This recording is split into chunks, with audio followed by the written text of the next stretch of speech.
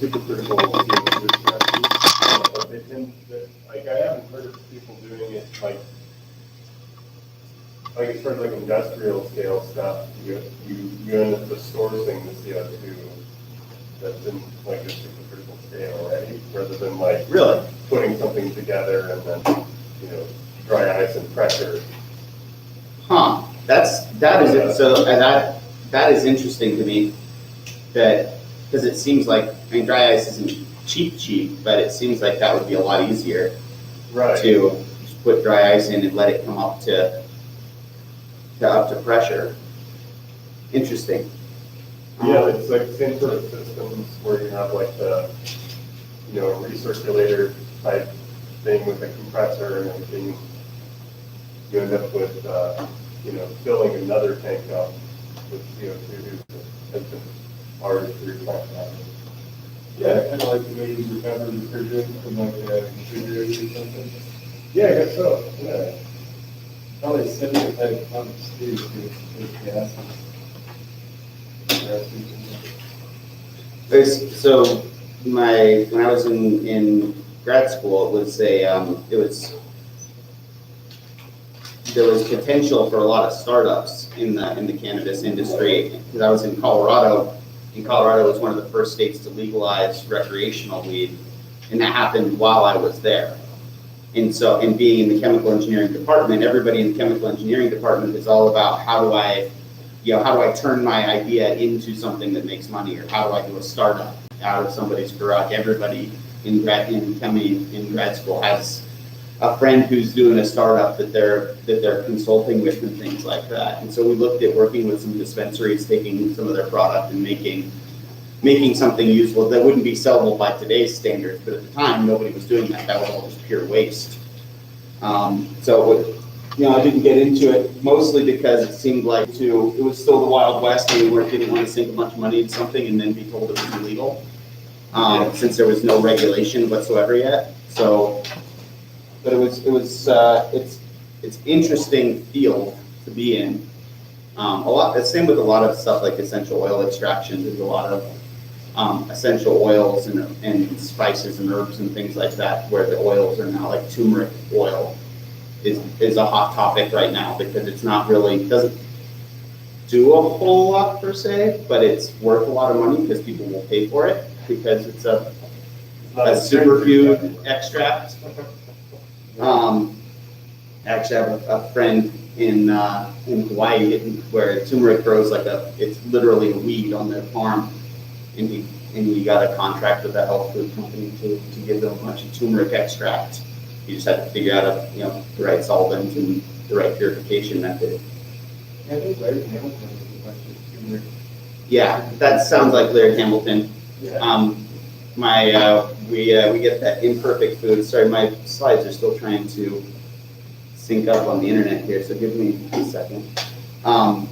We do the imperfect foods thing where we get food delivered, and a lot of it is stuff that would be waste other places, and a lot of it's just sort of woo-woo health food type stuff. And Larry Hamilton's his coffee creamer, his brand of coffee creamer, has, I think, one of my least favorite health food terms of the last year, which is functional mushrooms. Oh, God. It doesn't say what the function is, but they're functional all right, I guess. I don't know. Stuff like that drives me nuts.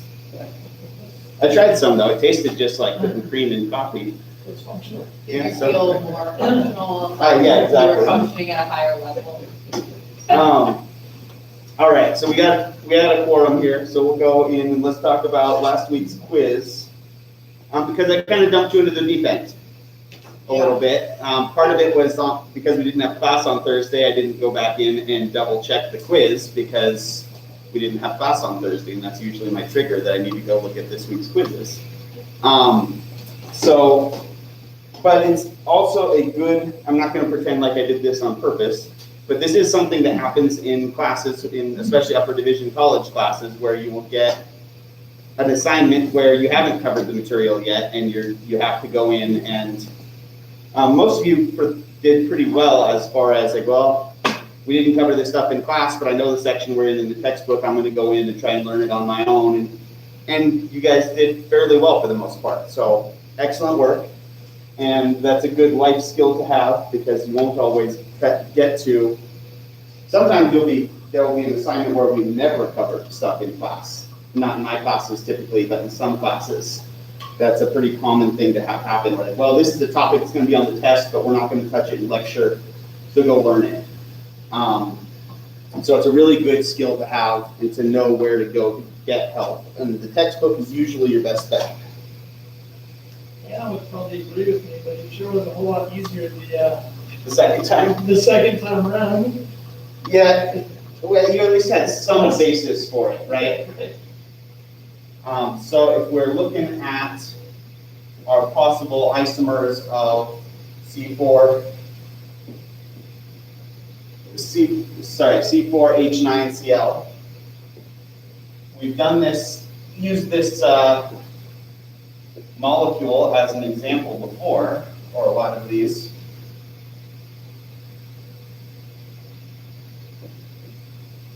If we're trying to rank them for an Sn2 reaction, and again, Sn2 is going to be our substitution where everything's happening at once.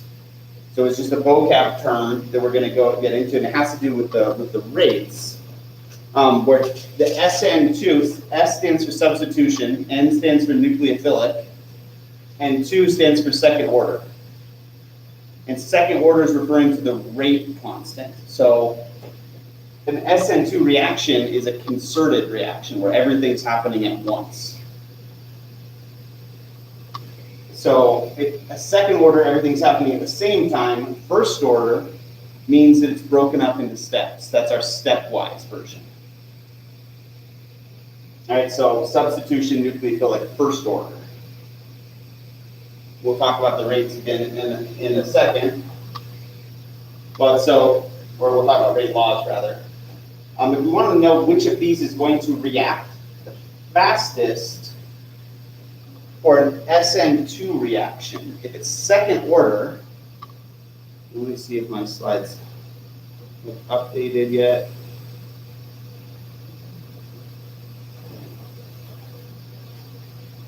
There we go. My internet at home was weird this morning, so we're just going to go off of last year's slides. Hope that those.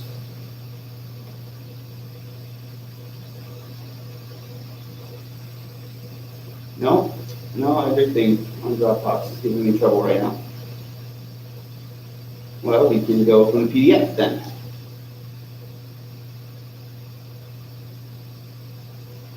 Perhaps.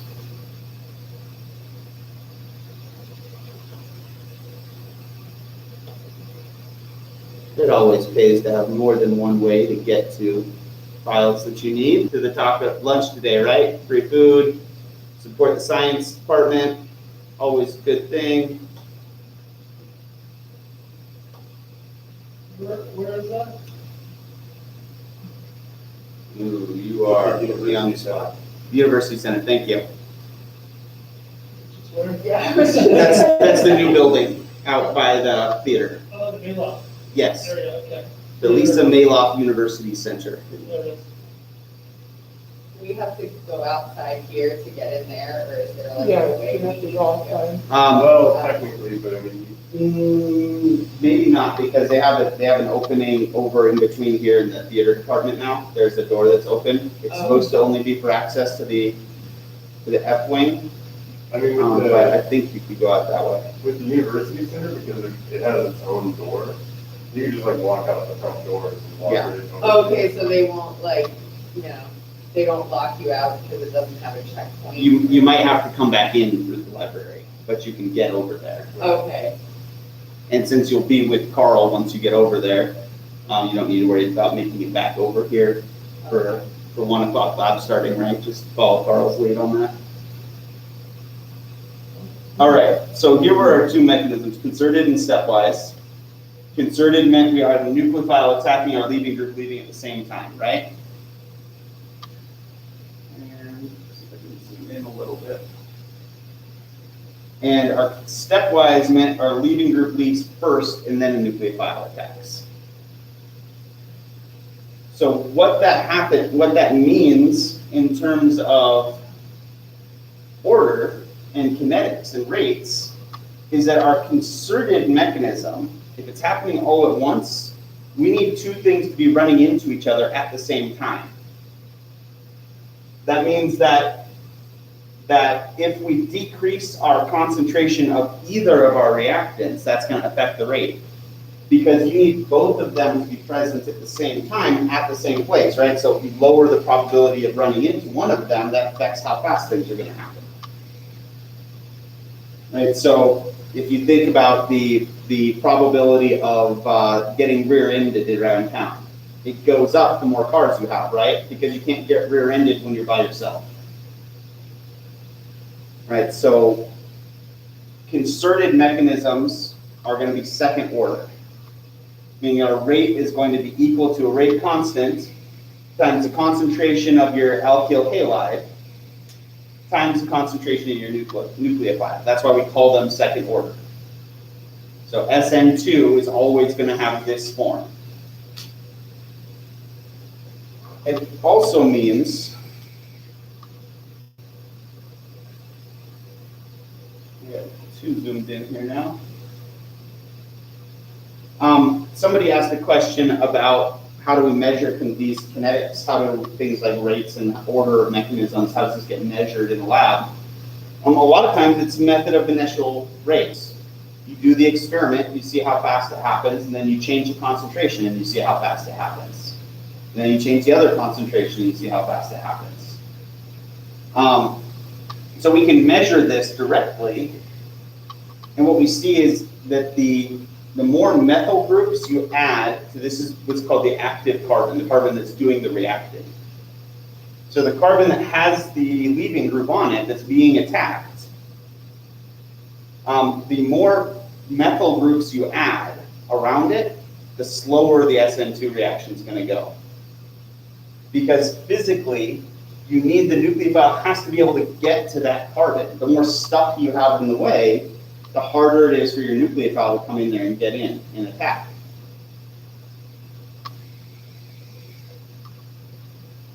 And then, so when we go back to this question here from the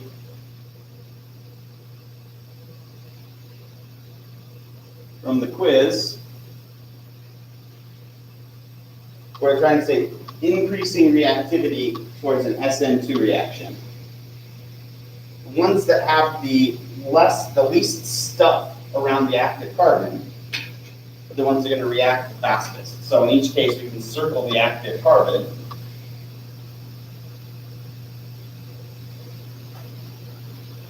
These two are primary, right? Meaning that carbon that has the chlorine only has one other carbon attached to it. We would expect these to go the fastest. Then we've got a secondary carbon, so it's attached to two other carbons. This one we expect to be the next fastest. And then our slowest Sn2 reaction is going to be a tertiary carbon. We can even rank these because they both have three carbons attached, but it's as an isopropyl group or as an N-propyl group.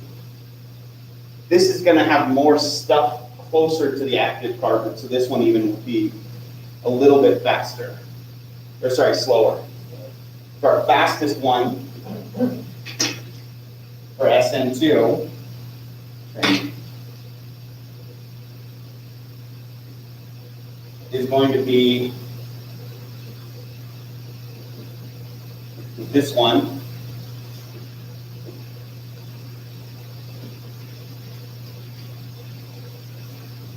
And our slowest over here.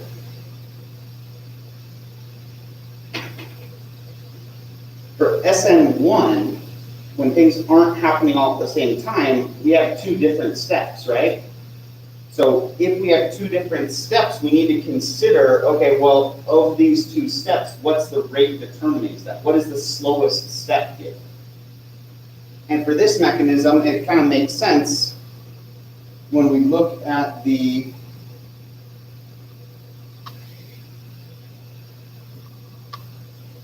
the potential energy surface here, especially, we'll go back and go through these here in a second. Where is Sn1 potential energy surface?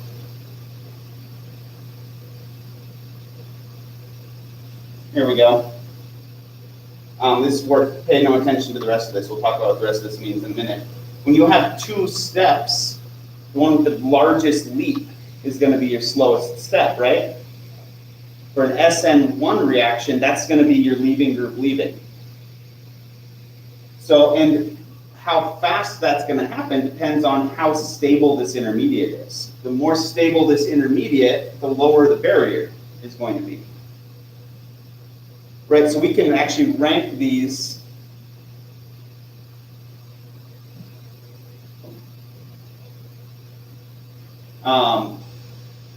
in the Sn1 reaction by just saying, okay, well, which one's going to make the most stable intermediate? And tertiary carbocations are going to be more stable than anything else. Remember, the more carbons you have around a carbocation, the more stable that carbocation is. So it's the exact opposite in most cases. The more stuff you have around the active carbon, the slower an Sn2 reaction, but the faster an Sn1 reaction is going to go. So, there can be cases where it's not quite, where it's not exactly opposite because they're related, but they're not the exact inverse of each other. So there can be cases where it's not just switch the order of the numbers for the reactivity, where some of the ones in the middle get a little muddled. But in this case, these are actually this is one example. It doesn't really matter as far as stabilizing that carbocation. It doesn't really matter which of these we have. It's going to be about the same either way. Maybe this one could be a little bit faster, but for the most part, that leaving group leaving is not really going to matter. And so these would be about the same in terms of Sn1. We're really being nitpicky. This one has the possibility, once you make that carbocation, once your leaving group leaves, this one has a possibility of doing a rearrangement where you move a hydrogen over. Remember seeing those, right? Even if we haven't done a lot of practice with them yet. This one, when you move a hydrogen over, you make a tertiary carbocation. And this one, when it moves over, you make a secondary carbocation. So that's actually like your second intermediate is more stable for this one than that one. So this one might be a little bit better. So they're both going to have about the same potential energy surface for the first step.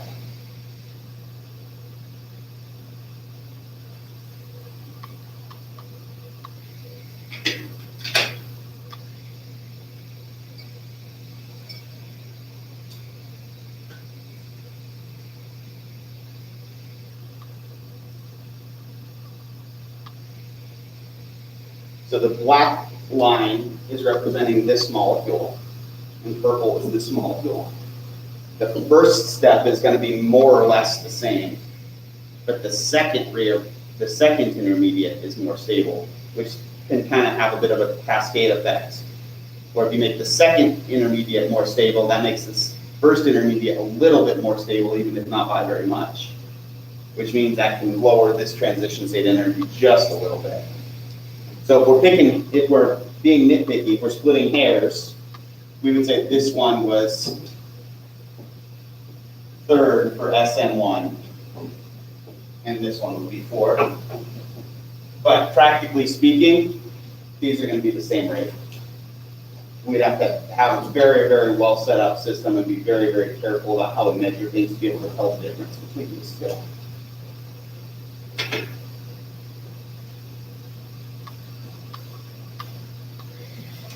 In general, rearrangements are going to affect what products we make at the end, but they're not usually going to affect rates because that first step, you still have to make a really unstable primary carbocation. And that matters more than what happens down the line. So cis-1 chloro 2-methyl cyclohexane reacting with water. We want the intermediate. So all I was looking for is what happens if the leaving group leaves. Right, so our intermediate for Sn1 is always just going to be leaving group leaves. And so if we're starting from cis cyclohexane, 2-methyl cyclohexane, here's our starting material. When leaving group leaves, you can draw the mechanism step for it.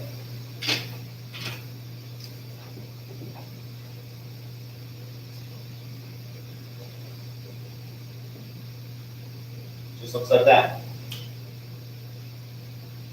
What's the geometry going to look like now for the carbocation? What shape is this now? Not quite. The carbocation in general, maybe hybridization might be the way to think about this. We have an empty spot in our carbon's valence now, right? So is it still sp3? No, because we're not using all three pieces at p orbital. We don't need to because one of them is empty. So why would we use it? We leave it empty. So it's sp2, which in terms of geometry means it's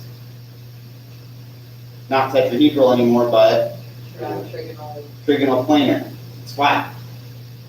So it goes from being tetrahedral to being flat. So we're actually going to lose the stereochemistry if it goes through this Sn1 reaction, because now our nucleophile can come in from either side. Right? There's an equal probability of our nucleophile attacking from the top or the bottom because it's flat. Right? And I'm getting ahead of myself a little bit. I'm setting you up for, this is what we're going to talk about a lot today, is the difference between Sn1 and Sn2 is basically that Sn1 goes through this flat intermediate, and Sn2 doesn't. If it's Sn2 and everything's happening all at the same time, there's only one spot for our nucleophile to come in and attach, and it has to be opposite of where the chlorine is. All right, and we'll show some figures to look at that.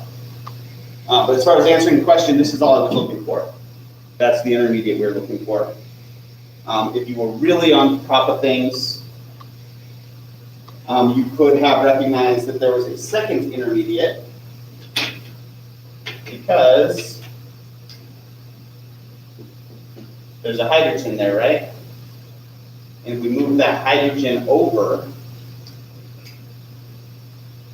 we do a rearrangement, we can get a tertiary carbocation, which is way more stable than the secondary. But this is the answer I was looking for first. As far as figuring out what the final product is going to be, we would need to say, oh, well, but as soon as you get here, it relaxes into a more stable state. So our more stable state would then be our hydrogen has moved over. This is no longer sticking out. And we have a tertiary carbocation. And now this one is planar.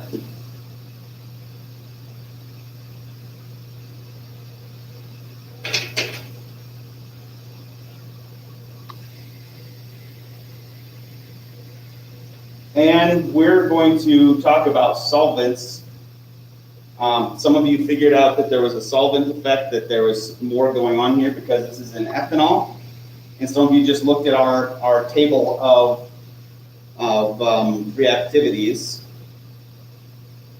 And I want to minimize this one. There's my.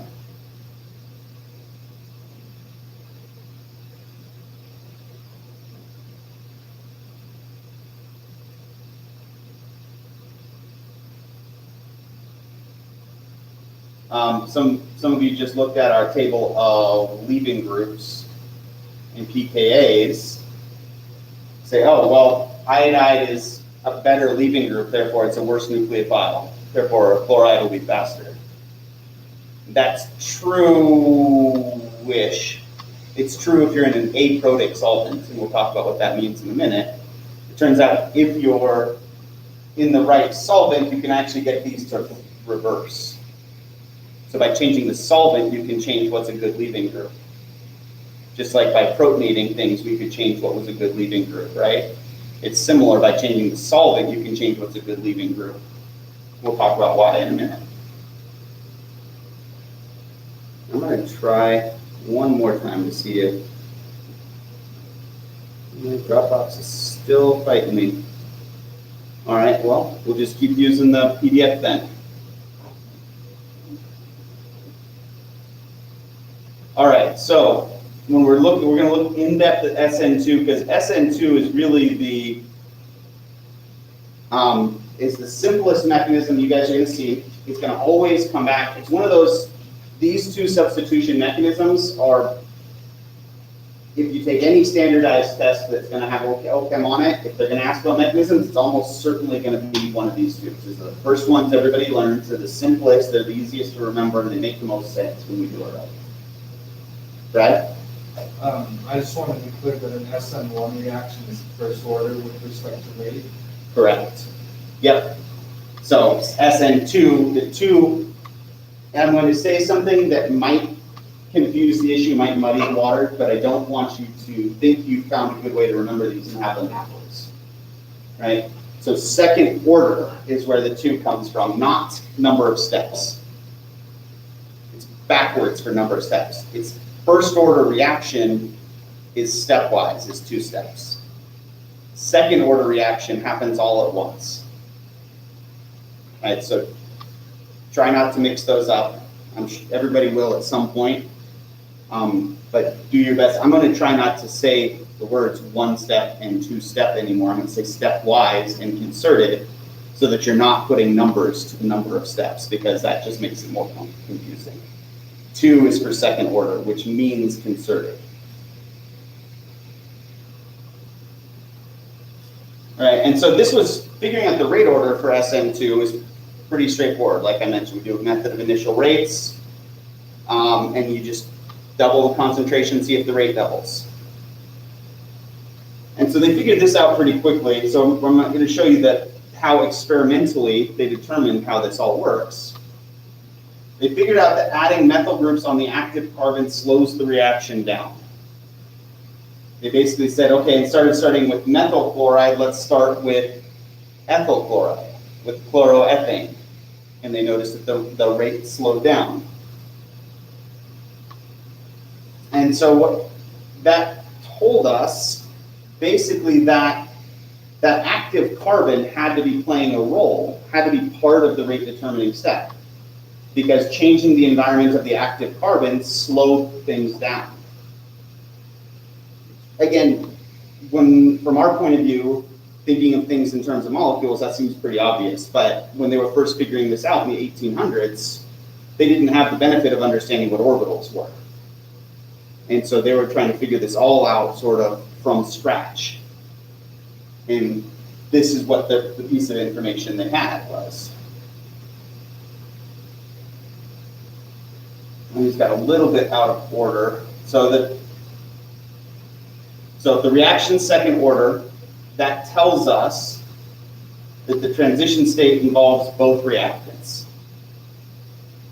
All right, I mentioned that once already, but it's worth repeating. If the reaction is second order, it's because you need both of these things to run into each other at the same time.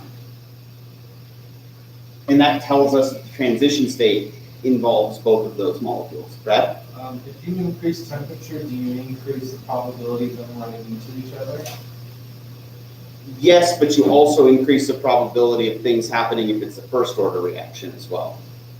So K changing is going to be independent of necessarily the order of the reaction. Increasing temperature is always going to make things happen faster, regardless of what order the reaction is. When we add methyl groups to the active carbon, it slows the reaction. And again, us looking at it in terms of these molecules, that makes a lot of sense. If we need our nucleophile to come in here and attack, we've got to be able to get there, right? So that tells us that the nucleophile needs physical access to the active carbon. It's got to be able to physically get there for this to happen. This is the kicker. Only one stereoisomer is observed. So if you start with something that has stereochemistry, let's say we're reacting, so I believe that's R, 2-chloro, butane. All right, 1, 2, 3, R. It doesn't really matter for the purpose of showing this. When this reacted, when we start with the pure stereoisomer, when the nucleophile comes in and reacts, let's say we're using hydroxide as our nucleophile, we only make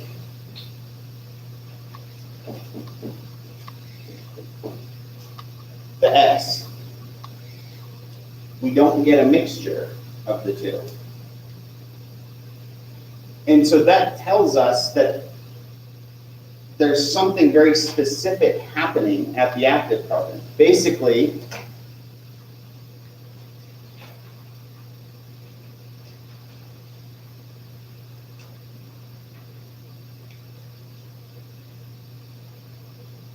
only one of these is possible. If this is our nucleophile attacking, if it could attack from both of these routes, we would expect that we would get a mixture of both stereoisomers. The fact that we only see one stereoisomer tells us only one of these can be possible. So, with this in mind, let's say that this is our next piece of evidence. It's okay, we start with R, we get only the S. Is it going to be route 1 or route 2? Route 2. Route 2, why? Well, because it's a concerted mechanism, so leaving group has to be leaving at the same time as the nucleophile is attacking. So the leaving group has to be leaving at the same time, but in theory, one could be coming in here and knocking it off like a ball, right? And we wouldn't necessarily expect that because our leaving group has a lot of electron density and our nucleophile has a lot of electron density. So we would think that they would stay away from each other. So 2 seems to make more sense. If it was starting here, let's draw this out. If here's our leaving group, and we've got no, let's arrange it differently. We've got a hydrogen, and I might switch the isomers here, but just for the sake of drawing this. If our 2 possibilities are coming in here or here, if it came in here, is that going to switch the stereoisomer? If it came in here, then from this side, then it's effectively just going to be in the same exact spot as the chlorine was, right? Everything else stays exactly where it was. So the fact that it flips tells us it has to be coming in from the opposite side. So our nucleophile has to be coming in here, and our chlorine leaving there, and that's what gives us that stereochemistry flip. Now all of a sudden, these are going to move over that way. Everything switches positions, and that's what allows us to go from the R to the S. Right? So the fact that there's a flip, and it does match with what our theory would predict, right? We would think our big negative groups should stay as far away from each other as possible. This gives our nucleophile better access to a partial positive. as opposed to coming in here and trying to fight with the other leaving group. So it makes a lot of sense, and it also matches with the experiment. All right, and so the way to visualize this happening is I kind of think of it like an umbrella flipping inside out. You catch your umbrella in the wind and it flips inside out. It's still an umbrella, right? But it's in opposite configuration. Think about these substituents as being the pieces of the umbrella, and our nucleophile is the wind. The wind comes in, pushes everything to the other side as your leaving group is leaving. So I'm going to keep calling it an umbrella flip. And what that's going to look like is that when this reaction happens, we're going to switch the stereochemistry. Right? The hydrogen that was in the back here, when our OH comes in from directly behind the board, our chlorine leaves and our OH is coming in, from right behind the oxygen. So that hydrogen kind of flips forward. That's our umbrella flip.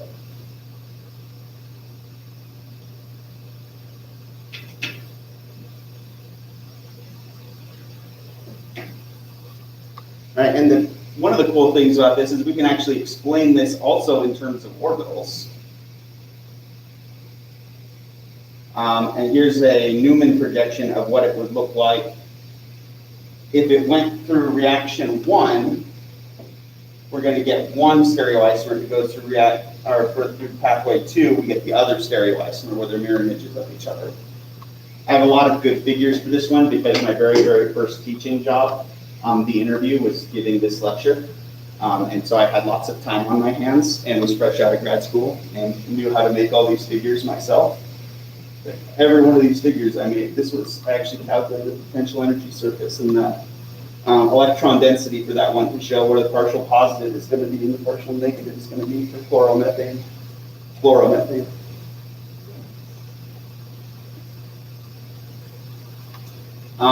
And I knew how to show the orbitals. These are actually what the orbitals look like of these compounds. This is the anti-bonding orbital between the carbon and the fluorine bond. So the anti-bonding, a bonding orbital looks like things overlapping where things are in phase, right? The anti-bonding orbital is similar shapes, but everything's in opposite directions.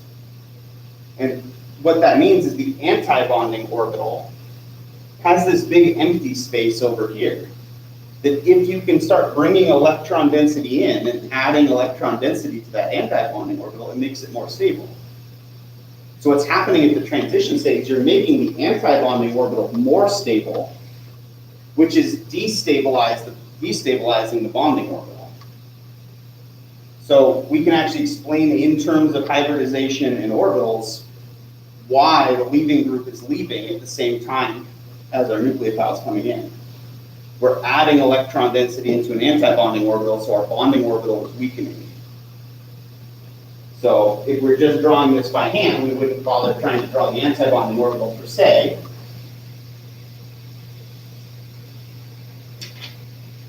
We might just say, okay, our transition state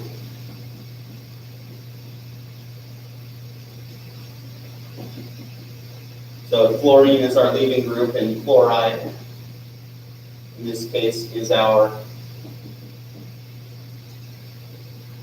nucleophile. Our transition state might look like that. This is catching the umbrella mid-flip. As it's flipping inside out, we have our fluorine is leaving and our chlorine is coming in. So this is the one time you're allowed to draw 5 things around the carbon, is because each of these bonds is not really a full bond.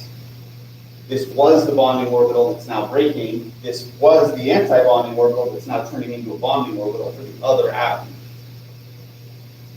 Right? And so we would actually just say this entire transition state has a -1 charge, because we can't really point to any one part of this molecule to say that's where the charge is at this exact instant. The fluorine would be the leaving group? in this case, if I'm just remembering what I used for making these figures, I think it was fluoromethane and chlorine chloride was the nucleophile. But whatever the nucleophile is, whatever the leaving group is, it's going to look something like this. Just maybe this is an oxygen if we're using a hydroxide, or maybe this is a chlorine if chlorine is the leaving group, right? And that transition state's always going to be noted by dashes, is that what you have going on there? Yeah, so basically we're showing the bonds, these aren't full bonds. And so we're showing it as sort of a dash, not dashed like it's behind the board, but dashed like it's, Going correctly. yeah, it's starting to form a bond. And really, if that is what's getting you hot, because as long as you remember to put it in brackets, Yeah. you can even do this. Just be careful that you're putting it in brackets, otherwise you're saying that it's a carbon that's got 5 bonds. We don't like that, right?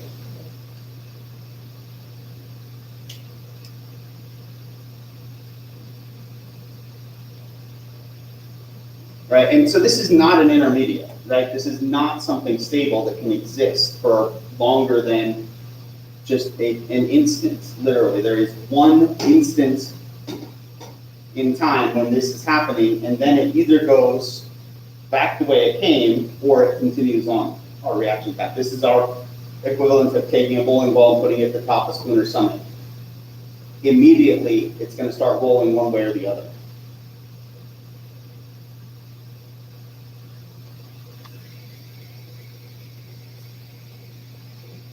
Right, so here's a 3D rendering of showing the transition state being totally flat for a bare instant.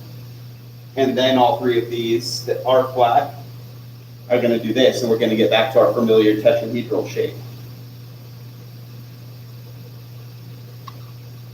Something about the timing this year means I'm still thinking about Vesper geometries from Gen Chem. It really is going to look instantaneously like it's trigonal bipyramidal for a second. Like that carbon has 5 things attached to it for an instant. And then it flips into that tetrahedral shape.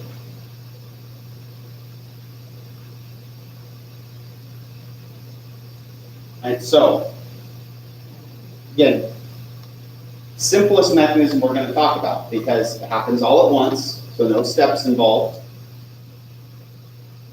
It's only ever going to be really 2 arrows. You've got your nucleophile attack, and you've got your leaving group leaving. At most, maybe there's a proton transfer before or after to make something a better leaving group or to make something a stronger nucleophile. But in general, it's going to be two mechanism arrows. And the fact that our transition state is happening all at once means we're only going to get one stereoisomer. We refer to that as a stereospecific reaction. If you start with R, it's not always going to be if you start with R, you end with S, because we're changing what the leaving group is. If the leaving group and our nucleophile aren't the same atomic number, and in theory our order of priority for the substituents could be changing. So I'm not going to say if it's R, it turns into S, but everything switches directions, is the way I'm going to phrase it. Because in theory, you could have nucleophiles that are lower enough in atomic number that you switch the priority, and that could mess with things, as far as just saying R turns to S.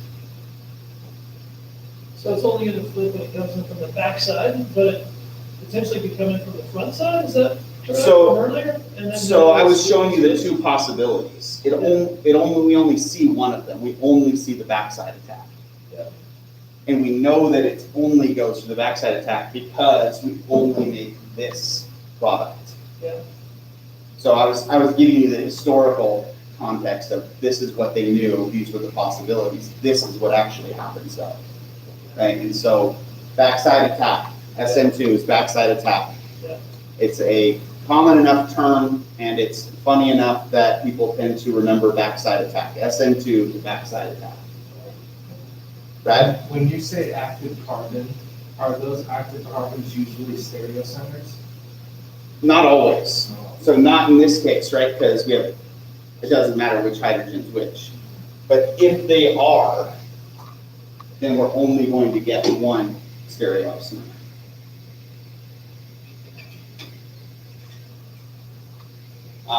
which means a lot of times it's a ring structure.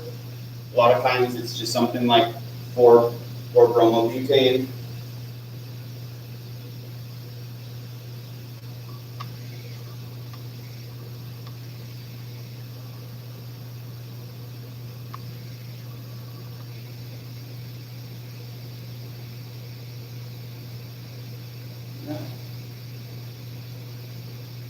All right, so if we're trying to predict these reactions, what product are we going to make? If I tell you it's Sn2, that's easy enough, right?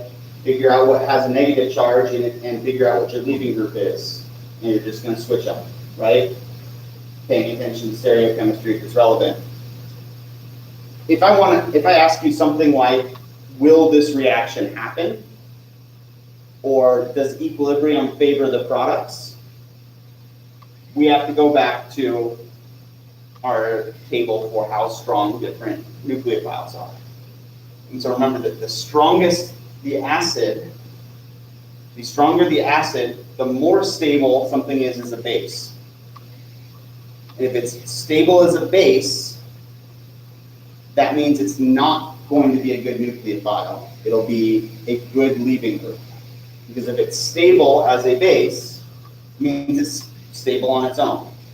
It doesn't need to make a covalent bond to be stable. Some of these nucleophiles basically need to have an extra bond to be stable. Hydroxide's not all that stable on its own. It will find something to bond to. Which is why hydroxide's all the way down here. It's not stable as a base, so it's a pretty good nucleophile.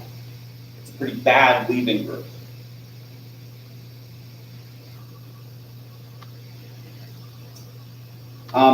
And in general, this is not an exhaustive list, clearly. This is a lot of different potential leaving groups, but you think anything that has more electronegative than carbon can be a leaving group, right? Because it's going to pull its electrons with it when it leaves, when something else comes in.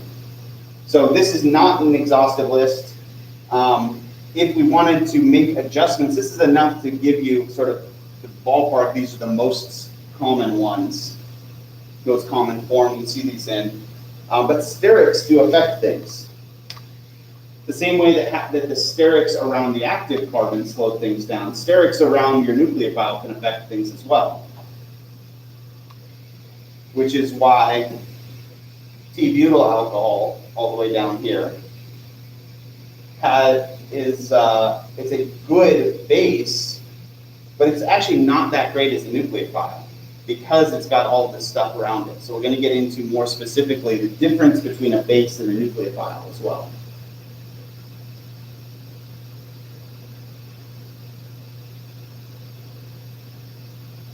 All right, so we wanted to practice these, and then we'll take our break and come back and talk about solvents. What is the product of each substitution following an Sn2 mechanism? So find your nucleophile, find your leaving group, watch the stereochemistry.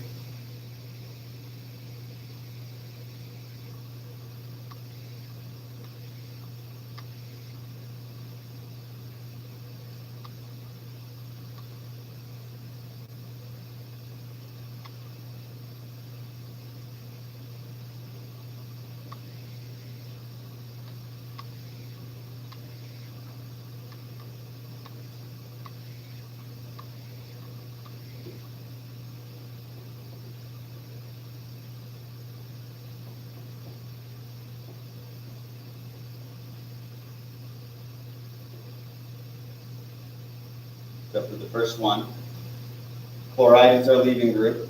Hydroxide is coming in here and attaching, and I'm drawing it underneath, but really it's coming from behind, pushing the chlorine off.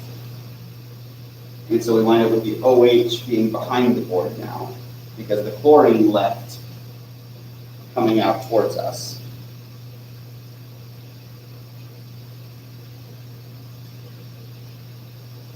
Brad? Generally speaking, do you include equilibrium arrows with these? Or is that not necessarily the case?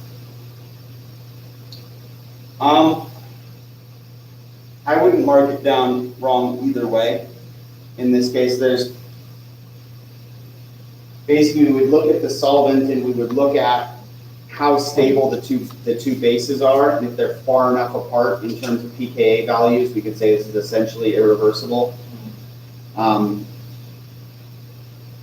For it being a concerted reaction, hydroxide being as strong as the nucleophile as it is, I wouldn't draw equilibrium arrows in this case, but again, I wouldn't mark you all wrong for either of those.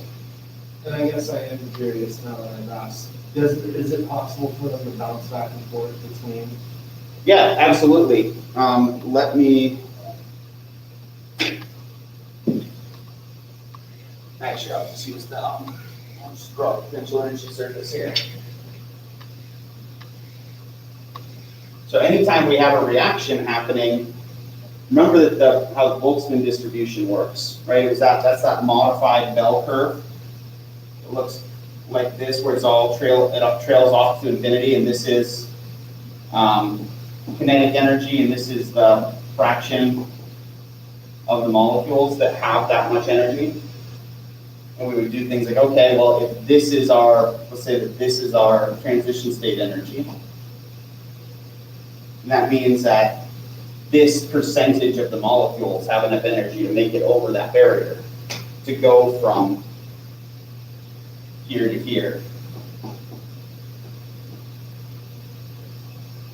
Right? And actually, in order to be consistent with how we described it in the past, we call it activation energy. Well, if we switch the frame of reference and we start talking about, okay, well, if we start down here and we're going up here, that's going to have a very much larger activation energy, right? But it's still an activation energy. Maybe it's all the way out here. And now all of a sudden it's just this tiny percentage of the molecules has enough energy to do that. This is basically what equilibrium is it's a ratio of, okay, what fraction of my molecules at a given temperature, which fraction of my molecules can go backwards versus which fraction of my molecules can go forward. And you change the temperature and that fraction changes, which is why K changes when you change the temperature. Right? Because all that matters really for K is the difference between these two. Because it turns out that since the activation energy is the same height above your reactants, it doesn't really matter. It winds up canceling out on top and bottom of a fraction. You wind up doing some substitutions with rate constants. So when you change the temperature, if we make this temperature higher, that flattens the Boltzmann distribution out, right? So it might be something that looks like this now. Now, yeah, even that's going to speed up the reaction going forward, but it also means that you have more over here that can go backward as well. Right, so, yes, this is why technically everything is an equilibrium process. But if you've got a big enough, this jump here, we can say effectively, this tiny little fraction down here doesn't matter. It's less than 1% of the total area, so we can just say the reaction goes to completion. And if you change the temperature, that ratio changes.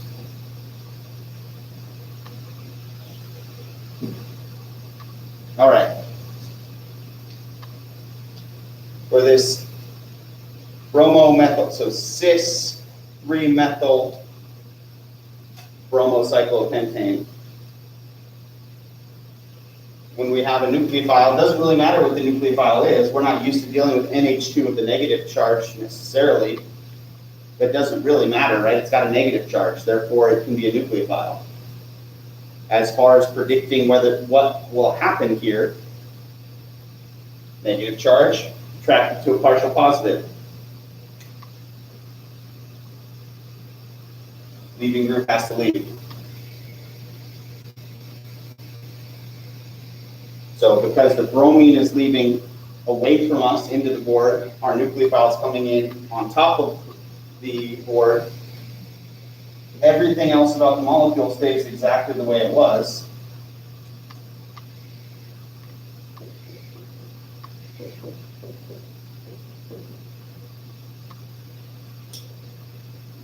We just have our nucleophile is now attached to the carbon, and it's in the opposite position.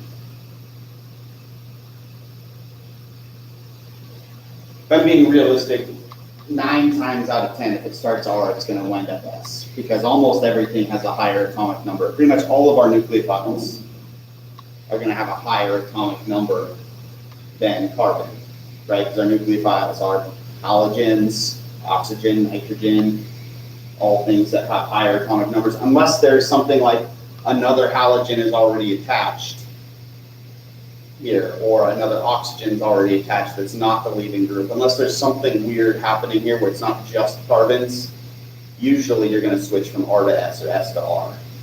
But I hesitate to tell you that because there are those exceptions.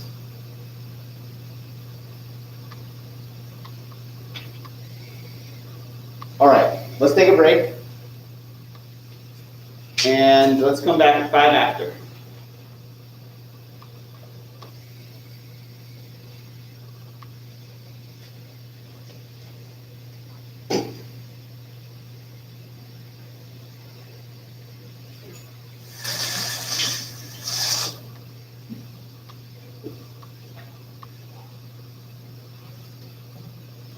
This is the level where thermo is still fun, where they don't have to do, you don't actually have to do the integral or anything like that, where we can just draw it and say, oh, it got hotter. Yeah.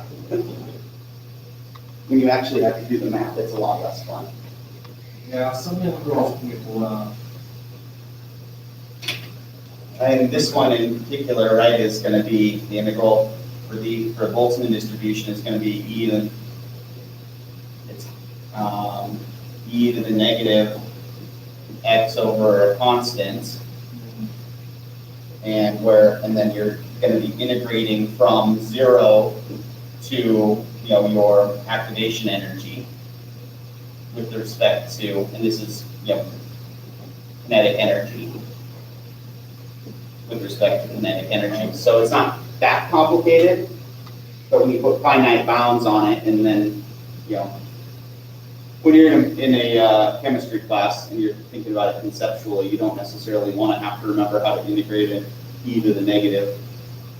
But you have to do U substitution for that, maybe? yeah, I would do a U substitution for that. At least that's how I would start. And just U is just negative x. Yeah, negative, whatever the power is. And then, because then you're just integrating a constant, e to a constant, that's easy. Yeah. And so not too bad, but still. That U substitution is probably about as far as a lot of chemistry majors go in calculus. You have to take 1 year of calculus usually, and then you're done. So it's like the last thing they saw usually. Got it. You know how the last thing you saw in a class tends to be the first thing you forget. For sure.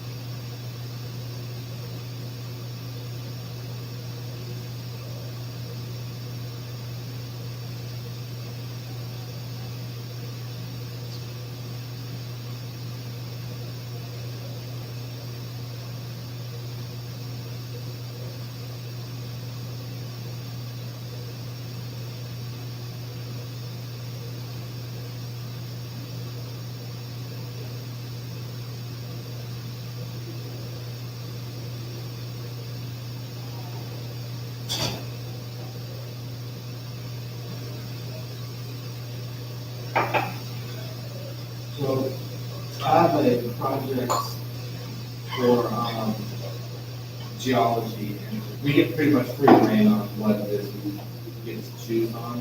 Mm-hmm. And for some reason, my first initial thought, as soon as Scott brought it up, was, how does Rocky Road on Titan? How does what? Rocky Road on Titan with liquid methane instead of water? That was my first thought. Water, I mean, does some pretty heavy damage over time to the rock. And I'm curious as to how a liquid other than water would do. Obviously, there's no way to really see and look, but I'm just kind of curious, like, would something that cold, even though it's a liquid, have that much kinetic energy to do damage to a rock? So there's a couple things to think about. One is the solubility of the rock. Most rocks are ionic compounds, though, so they should be less soluble. The other thing that can do damage is with water specifically, it's freezing and thawing. Yeah.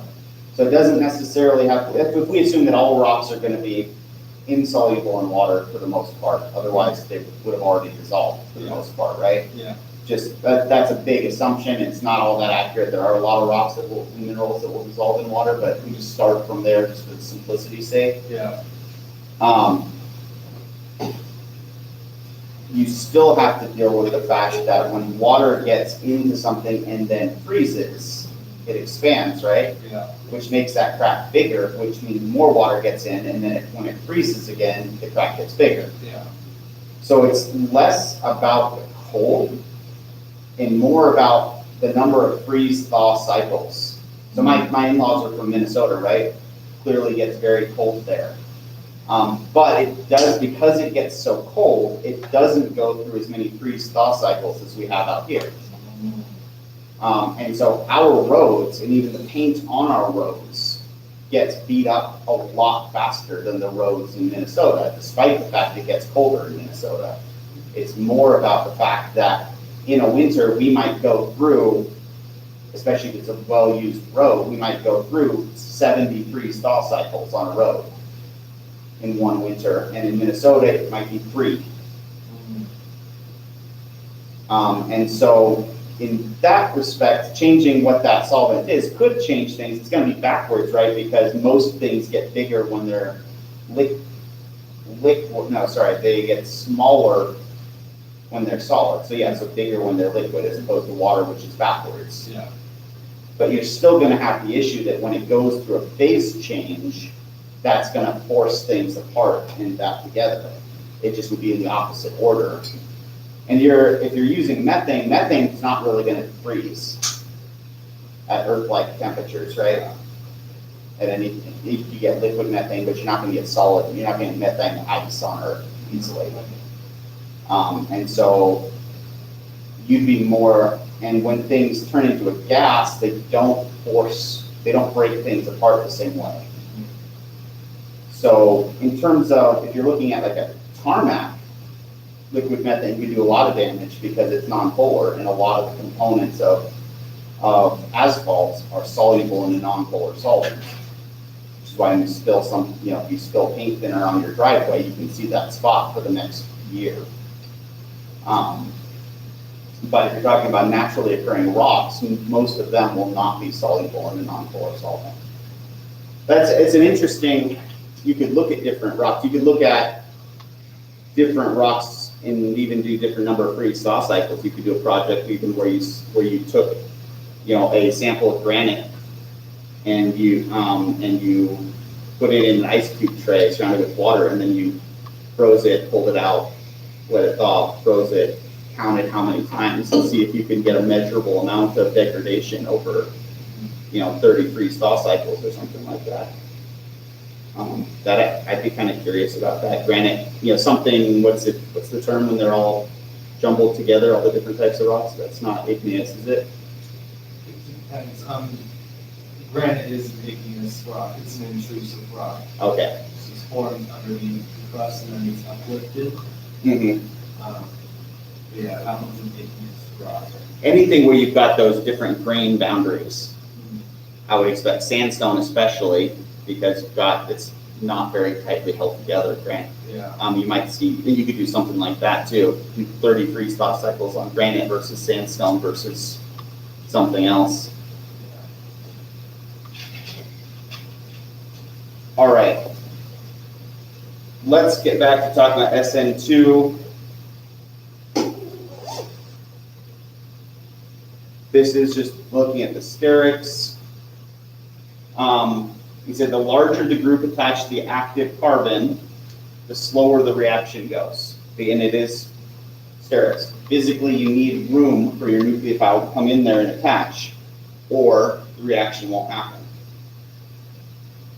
And so these are unitless rates, because these are relative rates. They just pick one of these reactions to call the standard, and then they just take the rate and divide by the standard rate so that we don't have any units. It's basically, think of it as how many times faster or slower something is. And it really gets around the fact that different conditions are going to give us different numbers there, right? It doesn't really matter the conditions too much. If you have something like a secondary bromide, we're going to call that 1, call that our standard rate. A primary, 2 different primary alkyl bromides. So if it's ethyl, it's bromoethane versus 1 bromopropane, we can see the difference in the rate. That ethane goes 40 times faster than the secondary, and the 1 bromopropane goes 16 times faster. So in other words, there's almost a 3-fold increase in between these two, 2.5 times faster, just to go from bromoethane to 1 bromopropane, even though they're both primary. Right, so that is mainly due to the fact that whatever you have attached to the active carbon, the bigger it is, the more it slows things down. Right, and so we could actually do another one. If we wanted to compare this directly to the quiz question we were talking about earlier, we would want the isopropyl group. What did I do with my eraser? There it is. And we would expect the isopropyl group to be somewhere between 1 and 16. So if we had this, that's an even bigger group than the N-propyl, or at least it's got more carbons closer to the active site. It's the same size in terms of atomic mass. But we would expect this to be even slower than this primary, right? The more stuff you have close to the active carbon, the slower it'll go. And if you have a methyl, if you have bromomethane, it goes 1,200 times faster because you got nothing in the way. And on the flip side, if you go the other way, if you put a bromine on tertiary carbon, we didn't use that as our 1 for our relative rate because it goes so slow that you can't even measure the reaction happening. So with that in mind, this is just a really good reminder of, and this is one way that textbooks especially present experimental data in a way that kind of gets away from getting bogged down in the methodology of the experiment. It doesn't matter what the actual concentrations of rate were, we want to know what they are compared to each other. We don't care about molarity per second. And so basically, we would expect anything Sn2, if it's a tertiary active carbon, we can basically say it's not going to happen. Too slow to measure. However, when we actually do this experiment, if we take 2 bromomethylpropane and react it with water, it reacts quite quickly. So the reaction does happen, but not Sn2. Right, so this is where our other mechanism comes in. It turns out the same reactants can go through more than one mechanism. This is one of the trickiest things about organic chemistry, is that everything that can happen does happen. So just because you can't go SN1 doesn't mean a reaction won't happen, it just might not be the reaction you expected. So when they saw this, they said, well, we didn't expect that. That's weird. Why would that be the case? When they tested the rate law, though, they got a first order reaction. So it can't go SN2 because we got too much stuff around the active carbon, but it can go through a first order reaction. And just like we mentioned at the beginning of class, the first order reactions are going to be the exact opposite of our SN2 because our rate determining step is going to be leaving group leaves. And making a tertiary carbocation is pretty stable relative as far as carbocations go. It's way better than secondary, which is way better than primary, which is miles ahead of a methyl carbocation. And so, let's practice writing a mechanism. We know it's going to be the same two steps, leaving group leaves, nucleophile attacks. What does the first step have to be, though? Leaving group leaves. So draw an intermediate, draw those arrows, draw an intermediate.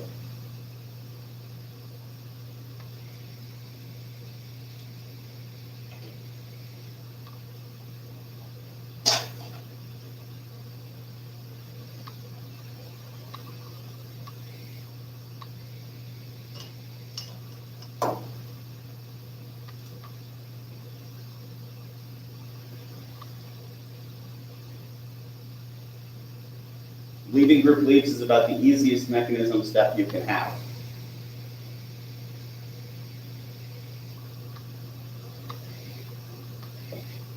So then we have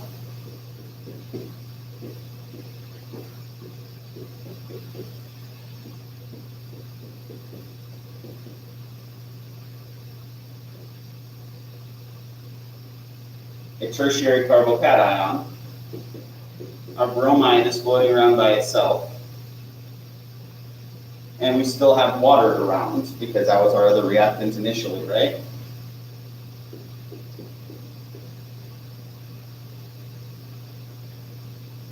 So the next step for this mechanism is the nucleophilic attack.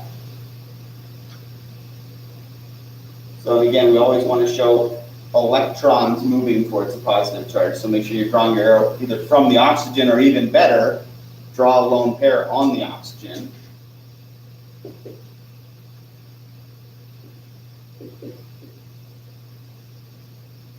And draw the arrow from the lone pair moving towards it. I'm not going to mark you wrong if you draw the oxygen, if you draw the arrow coming from the oxygen, but it's a good habit to be in to remind yourself that we're showing the electrons moving.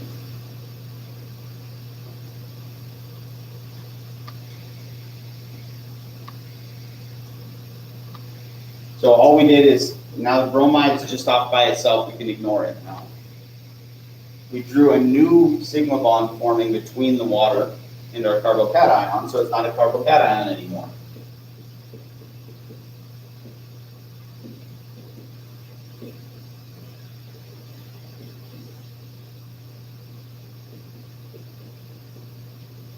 We do, however, have an oxygen with 3 bonds, which gives it a plus charge. And I think somebody asked on the quiz on one of the questions, like, well, what do I do with the rest of the stuff? Like, how do I know if I did this right? You said something like that, right? Yeah, I think I said if I, like, do I put a plus chlorine or minus chlorine, or I don't know. So for each individual, if we're keeping track of everything and trying to keep it balanced, the charges should be balanced too. We started with everything being neutral over here, and net charge of 0. After one step, it's still a net charge of 0. We just have a positive charge and a negative charge. So if we're being really careful, we still have that negative charge over here. It's just not really doing anything right now.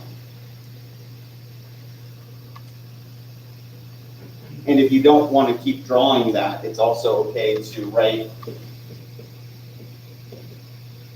over your reaction arrow. You can write minus, PR minus, saying the bromide leaves and I'm not going to draw it anymore. If you do that, then you don't need to do this to keep all the charges balanced.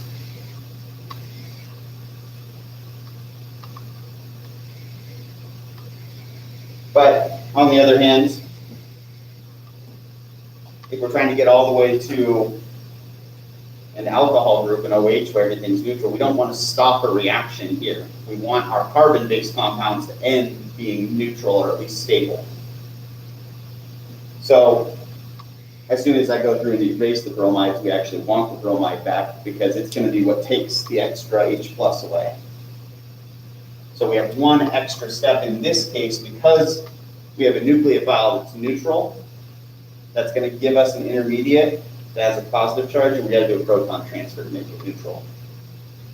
So if we have bromide around, we draw it like this. I kind of drew it in an inconvenient way.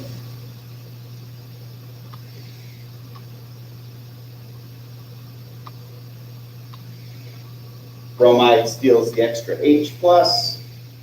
Oxygen keeps the electrons over there. So our final product is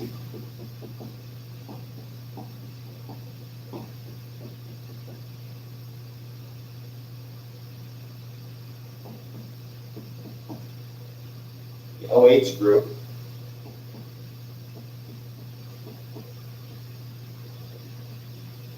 I'm having issues with my handwriting today.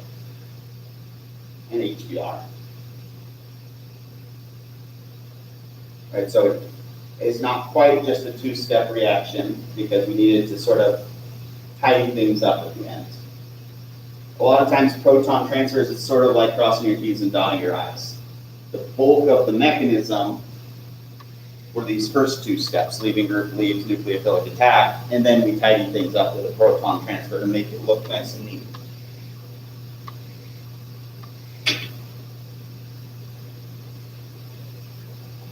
So if you start out, everything's neutral, you do your mechanism, you're probably going to end up with products that are neutral as well. It should be.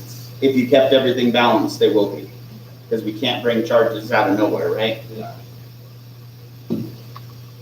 Again, though, in OChem, especially when we get into redox reactions for organic molecules, we'll have a lot of reactants that behave in weird ways, or that in ways that we're not interested in talking about right now, which sounds weird to say, but you do things like put dichromate ion with something, and that's a powerful oxidizing agent. So you're going to add carbon-oxygen bonds, and the chromate goes and does something.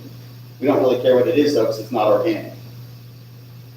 So it'll make something that you then have to remove in the purification step, but in terms of a mechanism, sometimes we don't show it. So that's, when we get into redox reactions especially, we will not always have things balanced in terms of charge at the beginning and end. I will be honest, and I will include myself in this. Organic chemists are pretty bad when it comes to balancing things. A lot of times it'll just be, and here's a water molecule that you didn't know was there before. What does it do now? All right.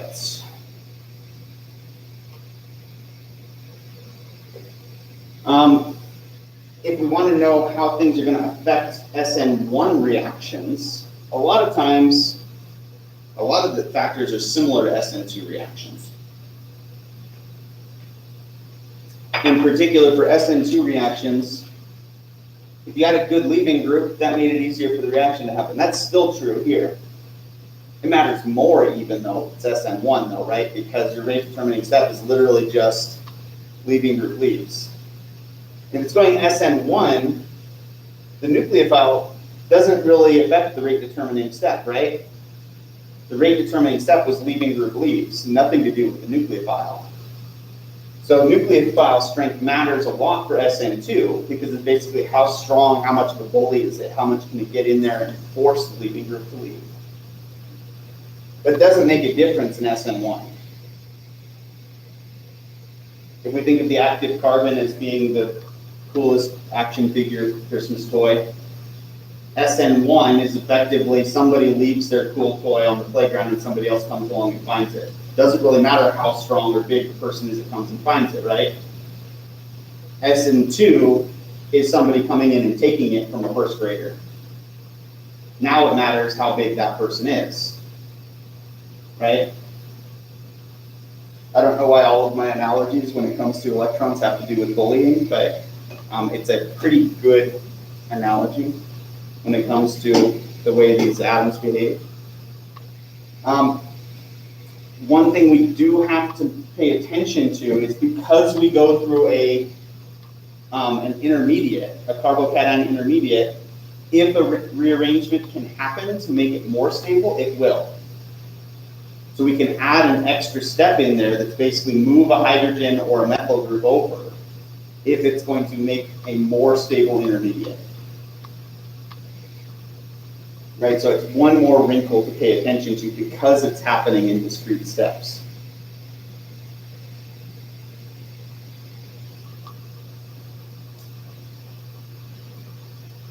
All right, so let's do our same two reactions we did before, or close to the same. It's trans instead of cis now. What are we going to get if it goes through an SN1 reaction?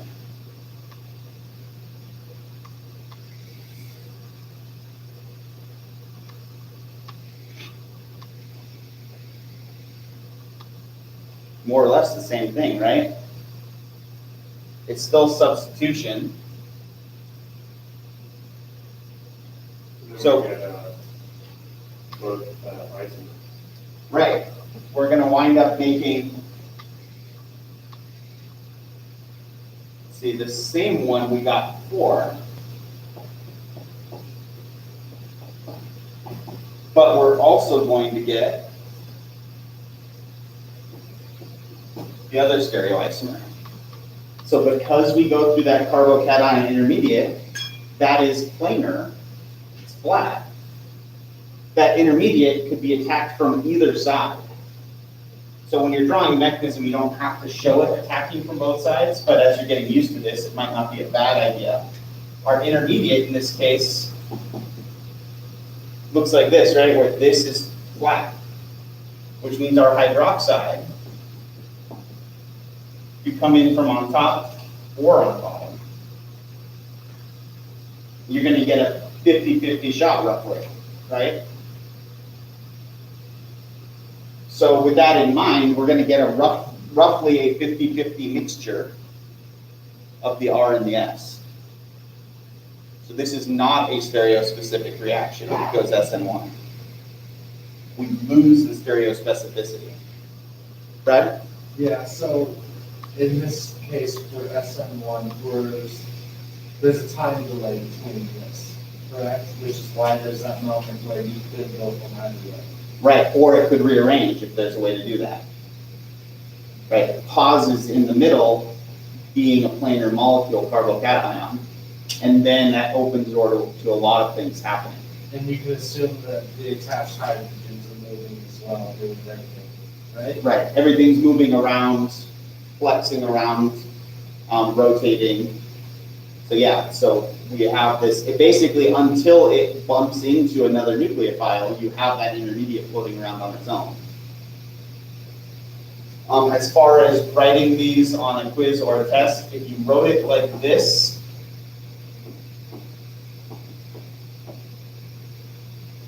that's okay. You have to show me you understand that you're getting both, that you're getting two stereoisomers though. If you don't write this, then that's, a half a point off. You got the right molecule, but you forgot to show that it was losing stereospecificity. You only drew half the product, really.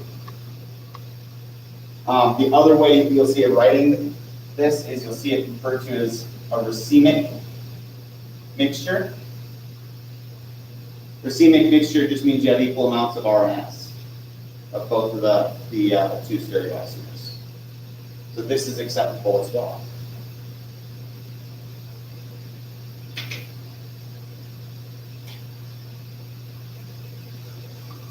All right, so for these SN1s, it can also be really helpful to draw the intermediate, to remind yourself, one, if there is any stereochemistry, you're going to get both products, and two, it'll help you see if there's any rearrangements that can happen. And rearrangements will happen anytime you can move either a hydrogen or a methyl, nothing bigger than those two. So it's as big as it'll get, and hydrogen will move faster because it's smaller. If you can move a hydrogen or a methyl from an adjacent carbon, make a more stable carbocation, then it will do so. Right, so for the second one,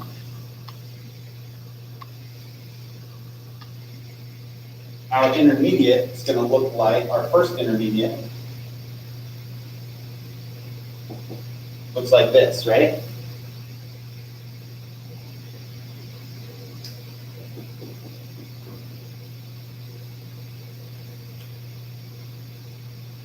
However, if we have a hydrogen adjacent that's on a tertiary carbon, that hydrogen can move over.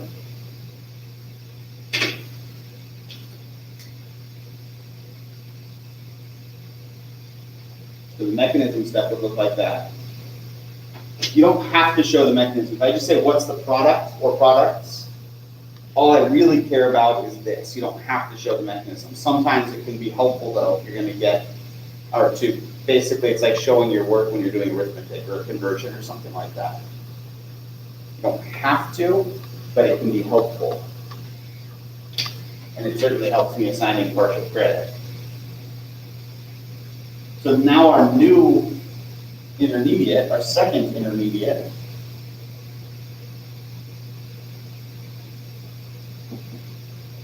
looks like that.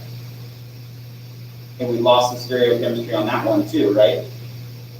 Because as soon as we move the hydrogen over, this one becomes sp2, right?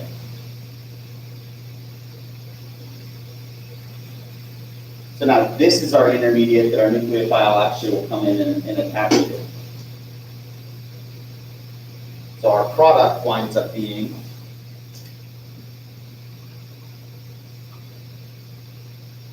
and I'm going to just draw it here.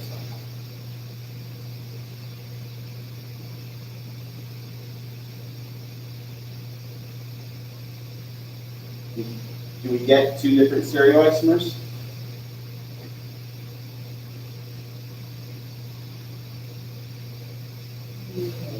The ring is symmetric.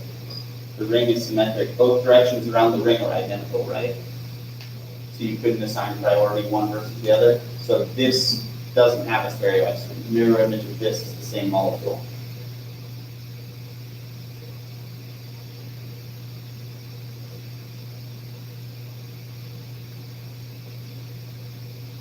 Right, so Sn1, they're more, it's really helpful for Sn1 to show the intermediates because it'll help you see if there are any rearrangements to do.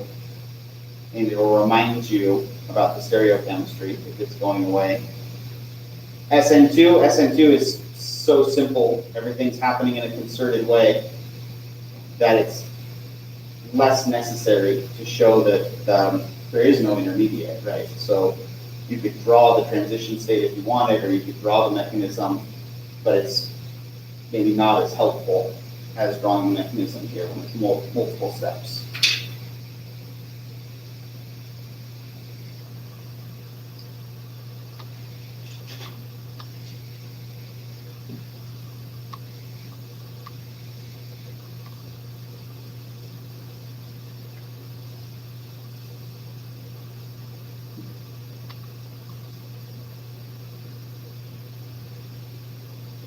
All right, so let's dig into nucleophilicity a little bit more.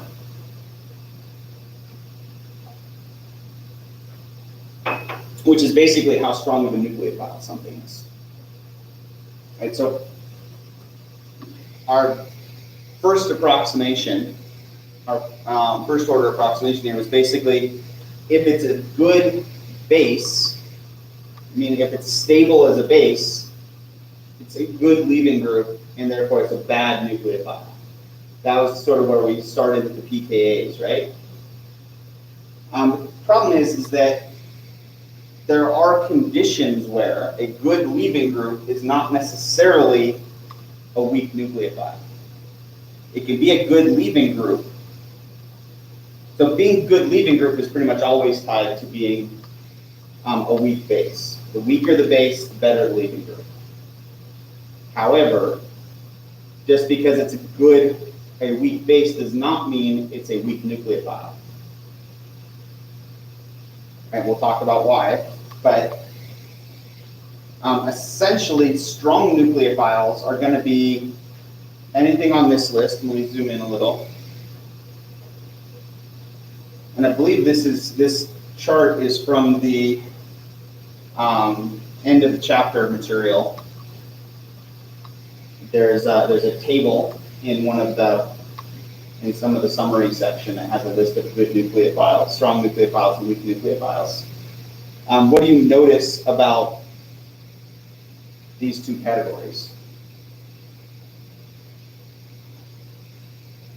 Strong ones have a negative charge. Strong ones have a negative charge. Anything with a negative charge is going to be a strong nucleophile, really. If it's a weak nucleophile, it still has to have a lone pair. You can't have a nucleophile that doesn't have a lone pair, because it's got to have something that can come in and attach to the carbon, right? But if it's neutral with a lone pair, that's not going to be nearly as strong of a nucleophile, because it's already neutral and stable on its own. And for where it says weak nucleophiles, that's a functional group, yes. So R just means something carbon. So it just means all alcohols, basically. There's a spectrum of which, a primary methanol is going to be different than ethanol, is going to be different than isopropyl. But in general, they're kind of all going to be roughly the same. They're all going to be in like a pK of 15 to 19 or so. Well, the other thing that's interesting about this is that these are good leaving groups. We've been treating these as though they're only leaving groups. They're also strong nucleophiles, but fluoride is not called out on here. So it turns out fluoride can be a good nucleophile. It can also be a weak nucleophile just based on what your solvent is. And so solvent effects are a little tricky. So in nonpolar solvents, Sn2 reactions are typically very slow. Why might that be the case?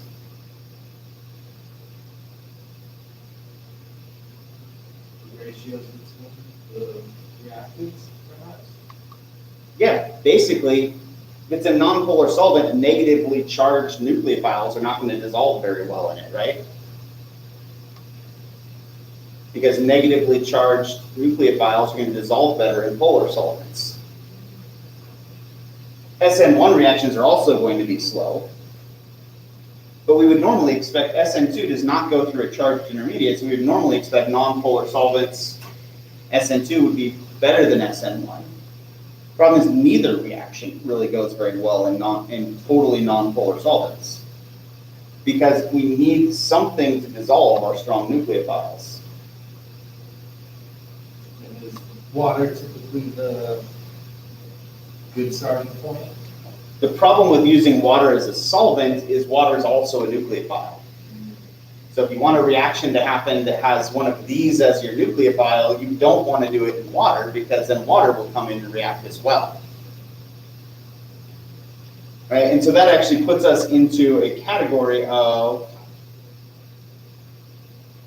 well, let's look at water. If we use polar solvent like water, what happens if you put fluoride or hydroxide or methoxide in water? What do? Well, their base, right? If they're a strong nucleophile, that means that they're also a weak base. If they're a weak base, when you put it with water, you're going to get this equilibrium reaction happening. Which all of a sudden, this could still act as a nucleophile, but it's not a strong nucleophile anymore because now it's neutral. And it's acid, right? And now it becomes hydrofluoric acid. All right, so what we really want is, if we want to stabilize the reactants and the transition states with a polar solvent, we need a polar solvent so that our nucleophile is stable enough to dissolve, but we don't want it to be able to react. So for instance, if we put sodium chloride in water, the partial negatives on the water molecules are going to stabilize the sodium ion, and the partial positives on the hydrogen are going to stabilize the chloride, right? And this is not a full-on acid-base reaction, but it's still going to be something that's going to make our nucleophile more stable in its current state. And if it's more stable in its current state, that's going to slow down our reaction. Right? Because what does more stable mean in terms of energy? Less energy. What's that? Less energy. Less energy. So we have a potential energy surface that looks like this. If we stabilize the reactants by having a particular solvent, that's still not going to affect the energy of the transition state, right? The transition state energy is not affected really. But that means that this, and maybe this is more stabilized to some extent as well, but look what just happened to our activation energy. By stabilizing the reactants, we made the activation energy appear to get bigger. Because even if this number doesn't change, it's still higher relative to where we're starting. So we want something that will dissolve a strong nucleophile but won't stabilize it if we're going to have this reaction happening.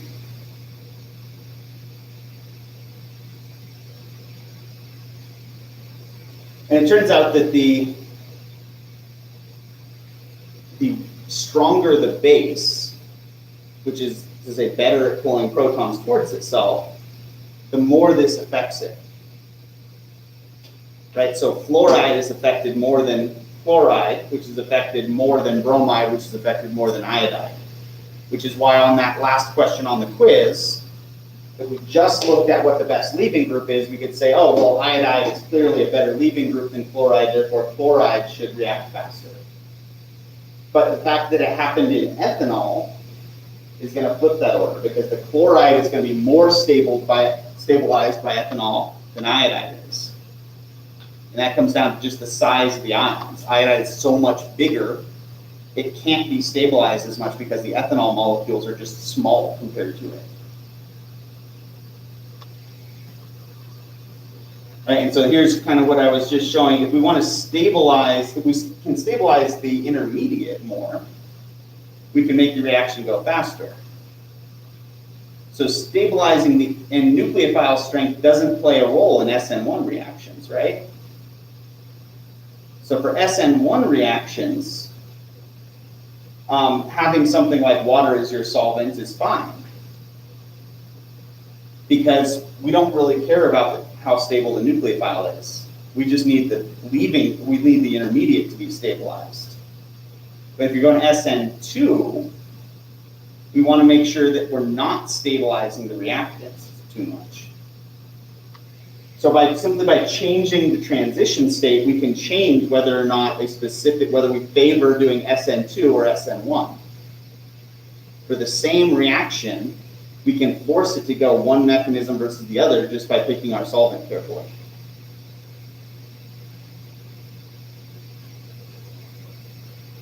So we want to stabilize the reactants and transition states with a polar solvent, but we don't want to stabilize the reactants too much. Right, so here's what I was just showing you on the board. We stabilize it too much, we're down here, that's a much larger, it's a much slower reaction. All right, and so that puts us into a category of solvents. We need our solvent to be polar, but we don't want it to have a proton that it can give up. Anything that has a proton that can make hydrogen bonds is going to stabilize those strong nucleophiles too much. Right, so that's protic solvents are anything that can lose a proton, anything that can act as an acid. So water, methanol, ethanol, ammonia, acetic acid are all common examples. Polar aprotic solvents, we still want them to have polar bonds in order to stabilize our nucleophile and allow it to be dissolved. But we don't want it to have a proton it can give up. So these are typically things that have carbonyl groups, carbon-oxygen double bonds. Because if you have a carbon-oxygen double bond, think about what the complete structure for acetone looks like. One, your oxygen doesn't have anything directly attached to it, and you still have a polar molecule because you've got a partial negative at the top and a partial positive at the bottom, but there are no hydrogens attached anywhere that could be given up. If you were going to take the proton off of this molecule, you would have to be breaking a carbon-hydrogen bond. Which is probably not going to happen. And those are less acidic than nitrogen-hydrogen bonds, which are less acidic than oxygen-hydrogen bonds. One of our least acidic bonds is the carbon-hydrogen bond. Right? And so that's what all of these are going to have in common, is that they have polar bonds, but not where you have a hydrogen attached to an electronegative element. Right? And a lot of times we'll just say in a polar aprotic solvent or in acetone, and these are the two abbreviations that show up all the time, DMF and DMSO, and sometimes DMS. So dimethyl formamide, methyl, methyl, so we don't have any hydrogens attached to the nitrogen, you have two methyls attached to the nitrogen, and those won't break off. Dimethyl sulfoxide is similar to acetone, except you've got a sulfur instead of the carbon in the middle. DMS is another one that's not as commonly used because it's also, it evaporates a little too easily. DMS is dimethyl sulfide. So it's this. Smells awful as well. Most things with sulfur do, but this one evaporating as easily as it does means it's really easy to smell. But this is another aprotic solvent. Ethers are another common one. We use ethers a lot in lab for extractions because they're polar but not polar enough to mix with water, and they're aprotic. Right? And so if we go through a protic, if we're using a protic solvent, we're going to favor going through Sn1 because it slows down our strong nucleophiles and it stabilizes the intermediate. If we're polar aprotic, we're not going to stabilize the intermediate nearly as much. A little bit you can, but not nearly as much. And Sn2 is going to be a lot faster because you're not stabilizing the reactants. So your nucleophiles get stronger, basically.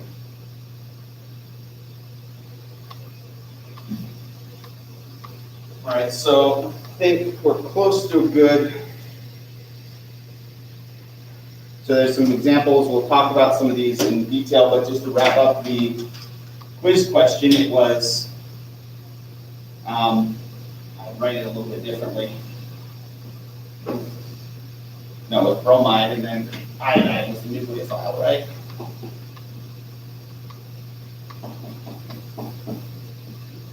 In ethanol versus,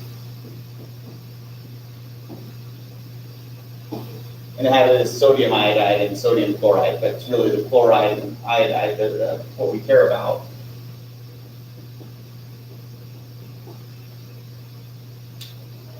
Normally, we would think chloride as being a stronger nucleophile If we were in an aprotic solvent, this reaction is faster. But because ethanol is a protic solvent, it flips. Iodide is a better nucleophile in a protic solvent because it's physically larger. It can't be stabilized as much by the ethanol. So this reaction in a protic solvent, this is faster. In aprotic solvent, this would be faster. And I didn't mark anybody wrong on this one. If you wrote something for this problem, either direction, if you brought in solvent or not, you got full credit for it because we hadn't covered that, and I wanted to see your logic as much as anything. All right, Brad?